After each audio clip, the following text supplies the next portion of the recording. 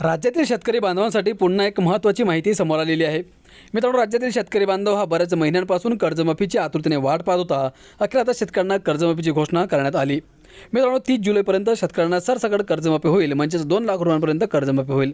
परंतु हे कर्जमाफी कोणत्या शेतकऱ्यांना होणार आहे ते देखील पाहणं तेवढंच महत्त्वाचं आहे, कारण काही सरकारने अटी याच्यामध्ये घातल्या आहेत। ते अटी जर पूर्ण केल्या नाहीत तर तुम्ही या कर्जमाफीपासून पुन्हा एकदा वंचित राहू शकता।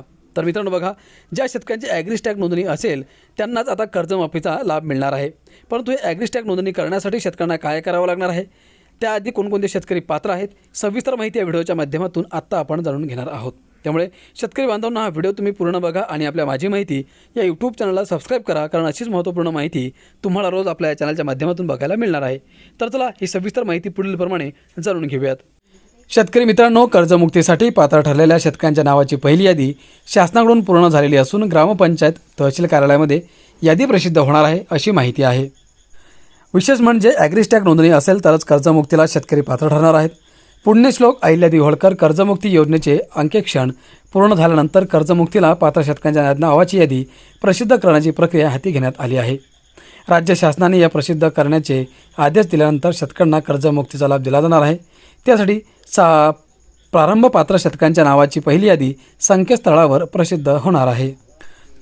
संकेतस्थळावर प्रसिद्ध होणारी यादी गावांमधील ग्रामपंचायत, बँका, सहकारी सोसायटी, सहाय्यक निबंधक कार्यालय या ठिकाणी प्रसिद्ध करण्याच्या सूचना देण्यात आल्या आहेत। त्यानुसार शेतकऱ्यांच्या याद्या या ठिकाणी प्रसिद्ध होणार आहेत। आज प्रत्येक शेतकऱ्यांच्या नावापुढे विशिष्ट क्रमांक दिला जाणार आहे। हा विशिष्ट क्रमांक घेऊन शेतकऱ्यांना CSC सेंटर अथवा सेतू केंद्रात जाता येणार आहे। या ठिकाणी शेतकऱ्यांना थांबा द्यावा लागणार आहे। त्यानंतर रक्कम शेतकऱ्यांच्या कर्ज खात्यात जमा होईल। कर्जमुक्ती यादीतील शेतकऱ्यांच्या नावात आणि आधारमधील शेतकऱ्यांच्या नावात तफावत असेल तर पोर्टलवर शेतकऱ्यांना त्यासाठी तक्रारसुद्धा नोंदविता येणार आहे। यामुळे कर्जमुक्ती यादीतील गुंता सुटण्यास मदत होणार आहे।